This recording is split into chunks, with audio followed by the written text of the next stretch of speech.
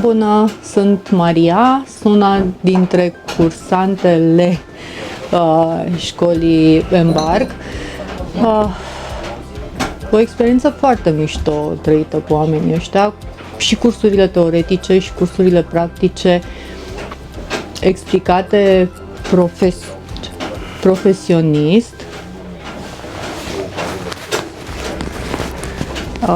dar în același timp într-un mod în care pot fi înțelese și de cei care nu au experiența tehnică necesară. Cum ți s-a părut abordarea lui Cristi, lui Robert pe parcursul cursului? Ce ți s-a părut, eu știu, care ar fi un punct culminant la care nu te așteptai să-l trăiești aici? Eu știu, o experiență pe mare la când ați ieșit cu velele sau când ați făcut manevre de acostare?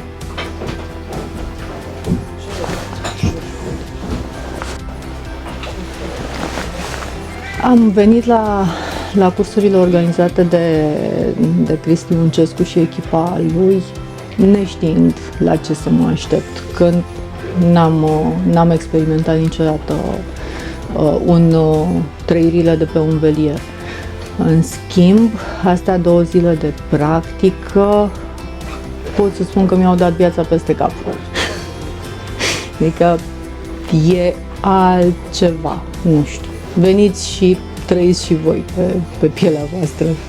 Nu știu să vă explic, e un sentiment aparte. Ok, mersi. Mersi și eu.